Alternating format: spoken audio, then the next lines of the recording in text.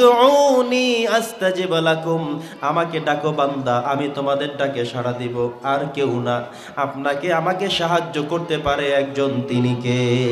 আল্লাহ বলছেন ওয়ালা তাহিনু ওয়ালা তাহজানু, চিন্তা করো না, ভয় করো না, নিরুৎসাহিত হয়ো না। ডোন্ট ওয়ারি, কোনো চিন্তা টেনশনের কোনো কাজ নেই। আমি আল্লাহকে ডাকো, আমি আল্লাহ তাআলা প্রস্তুত হয়ে আছি তোমাদের ডাকে সাড়া দেওয়ার জন্য। পড়েন সুবহানাল্লাহ।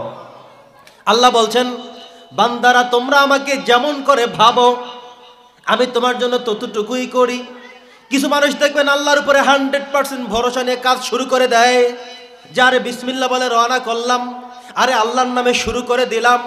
আল্লাহ বললেন যেহেতু আমার নামে শুরু করেই দিল, তাকে সাহায্য এবং সহযোগিতা করা, বিজয়ী করা, এটা আমি আল্লাহর জন্য ওয়াজিব হয়ে যায়। সুবহানাল্লাহ। তাহলে কাজ শুরু করবেন কার নামে?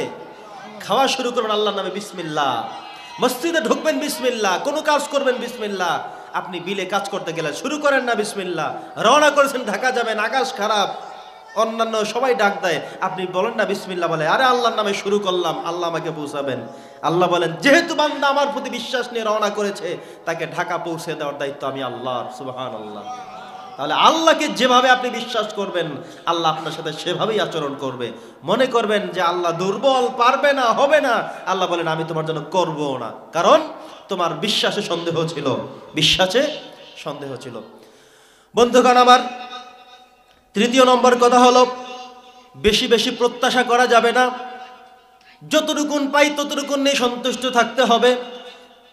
যতটুকুনি আমরা পাই, যতটুকুনি আমার ভাগ্যে আছে, রিজিকে আছে, কপালে আছে, ললাটে আছে, যা কিছু আমি পেয়েছি সেটা নিয়ে পড়তে হবে আলহামদুলিল্লাহ। জোরে বলেন কি পড়তে হবে? আরো জোরে বলেন কি পড়তে হবে?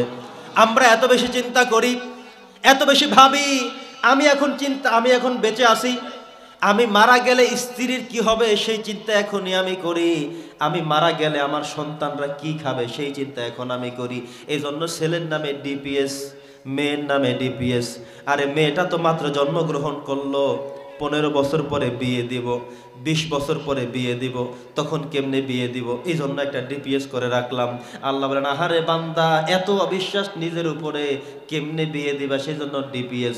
প্রত্যেক মাসে খেয়ে না খেয়ে কষ্ট করে জমা করছে, অথচ আল্লাহ বান্দাকে নিয়ে হাসে যে বান্দা, যে মেয়ে তোমাকে আমি দিয়েছি, যথাসময় তোমাকে আমি উপযুক্ততাও করে দেব। যেই ছেলে তোমাকে আমি দিয়েছি সেই ছেলেও যথাসময় উপযুক্ত হয়ে যাবে। তুমি তোমার চিন্তা করো। আল্লাহ বলছেন আগামীকাল কি খাবে সেই চিন্তাও তোমার জন্য করা ঠিক না।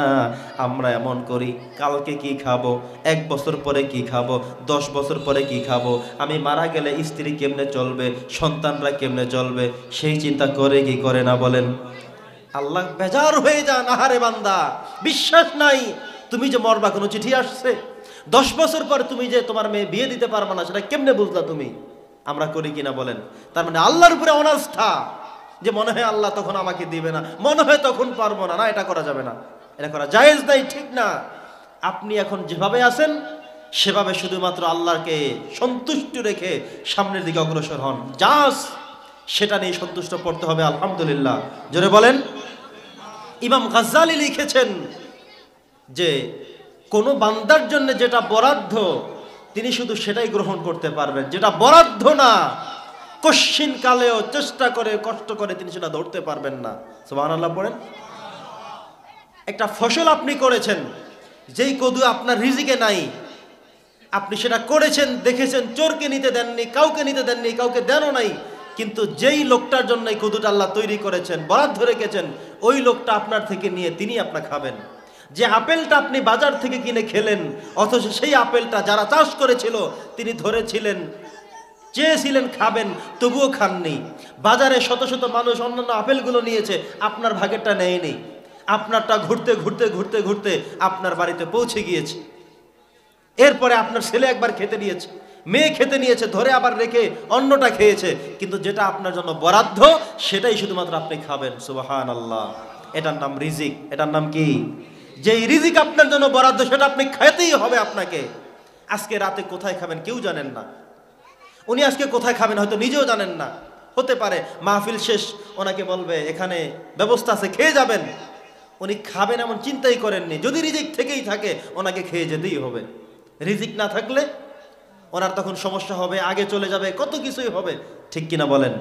আবার আজকে এমন মেহমান আসবে, হয়তো আপনার পরিচিত মানুষ, জোর করে বাড়িতে নিয়ে যাবেন যে আজকে খেয়েই যেতে হবে। যদি তার রিজিক থাকে আপনিও জোর করে তাকে নিয়ে যাবেন, তিনিও খেয়ে যেতে হবে, কারণ রিজিক। কি বলেন বন্ধুগণ আমার? ইমাম গাজ্জালী চমৎকার করে লিখেছেন, যেই রিজিক যার জন্য বরাদ্দ সেই রিজিক তিনিই খাবেন। রিজিক যেটা আপনার আমার নেই, হাজারো চেষ্টা করে টেনশন করে ধরতে গিয়েও পারবো না। একটা টাকা হয়তো আপনি অন্যায়ভাবে এনেছেন, মনে করেছেন আপনি খাবেন, কিন্তু সেই টাকাটা আপনার জন্য না, ডাক্তারের জন্য বরাদ্দ। এমন একটা বিপদ আল্লাহ দিয়ে দিবেন, তাড়াতাড়ি টাকাটা পকেটে নিয়ে ডাক্তারের কাছে চলে গেলেন। ডাক্তারে বলল পরীক্ষার আমাকে দেখানোর জন্য দিতে হবে 1500 টাকা, 5টা পরীক্ষা করতে হবে, পরীক্ষাগুলোর দাম 7,500 টাকা। আবার ডাক্তারকে দেখানোর পরে ওষুধ লিখে দিল সেখানে 3000 টাকা। অথচ 10,000 টাকা আপনি রেখে দিয়েছেন ভালো একটা কাজ করবেন, নিজের একটা কাজ করবেন, কিন্তু সেইটা আপনার রিজিকে নাই, সেটা হলো ডাক্তারের রিজিকে। এটা করেন কে? জোরে বলেন, করেন কে? রিজিক যার যেটা, রিজিক তার সেটা আসবেই আসবে। যেই টাকা আপনি কামাই করেননি, ইনকাম করেননি, চিন্তাও করেননি, আশাও করেননি, দেখবেন সেটাও আপনার রিজিকে পড়ে যাবে, পকেটে চলে আসবে, খাবারে চলে আসবে। একবারও ভাবেননি, একবারও চিন্তা করেননি। এজন্য নবীজি বলেছেন, কুন ফিদ দুনিয়া কাআন্নাকা গরীব আও আবিরুস সাবিল। দুনিয়াতে তুমি এমন ভাবে থাকো যেন তুমি একজন মুসাফির, তুমি একজন গরিব মানুষ।